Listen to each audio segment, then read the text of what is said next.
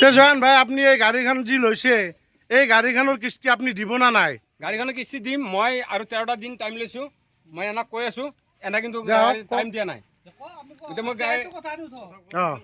Time দিয়া নাই, এতিয়া মোক গাড়ীখন লৈ যাব, মই গাড়ী দিব নোৱাৰিম। মই আপুনি কেইটা কিস্তি দিব আছে? ৰানিং মাহেতি 6টা কিস্তি দিব আছো। কিহৰ কাৰণে আপুনি 6টা কিস্তি দিয়া নাই? মই বৰ্তমান খাবলৈ মই যিটো বিজনেছ আগত বহুত ডাঙৰ বিজনেছ আছিলে, এতিয়া বিজনেছটো ফ্লপ খাই গৈছে। মই পাৰা নাই, মই সেইকাৰণে মই ৰিকুৱেষ্ট কৰিছোঁ আৰু 10টা দিন 13টা দিন সময় দিয়ক। এই সময়খিনি ইয়াতে দিয়া নাই। ফোনত যি আপুনি ধমকি দিয়ে এইটো সঁচা না মিছা? নাই নাই, মই ফোনত কাকো ধমকি দিয়া নাই। মই মিছা কথা এইটো।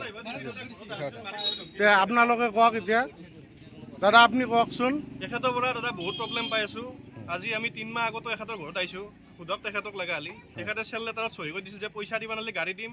সেই হিচাপত আমি তেখেতক ফোন কৰোঁ, কিবা কৰোঁ, তেখেতে কোনো ৰেছপন্স নিদিয়ে। তাৰপিছত আমাৰ ল'ৰা এজন আছে দীপজ্যোতি দাস বুলি, তেখেতক ফোন কৰিছে, তেখেতক ঘৰত আহি ভাবুকি দিছে, ঘৰত আহি গাড়ী লৈ যা, তোক কি কৰোঁ চাবি, এনেকৈ কৈছে তেখেতে। সোধক আপুনি। ঠিক আছে জয়ান ভাই, এতিয়া আপুনি এই এখেতসকলে যি কথাখিনি কৈছে সঁচা না মিছা? এইটো মিছা কথা, এনেকুৱা কোৱা নাই।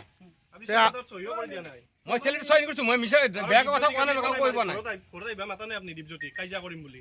কিয় কৰিম? মই কালি আহিব, কালি পইচা দি খাতে। কি কৈছে আপুনি দীপজ্যোতি? ৰ'ব মই ফোন লগাই দি আছোঁ। দাদা আপুনি কথা পাতি লওক, মই ফোন লগাই দি আছোঁ দীপজ্যোতি।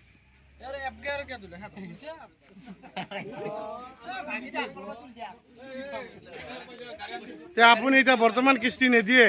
এতিয়া মই দিবলৈ 13টা দিন সময় দিব লাগিব। তেতিয়াহ'লে আপুনি গাড়ীখন কতে দিয়ক। মই গাড়ী দিব নোৱাৰিম মই।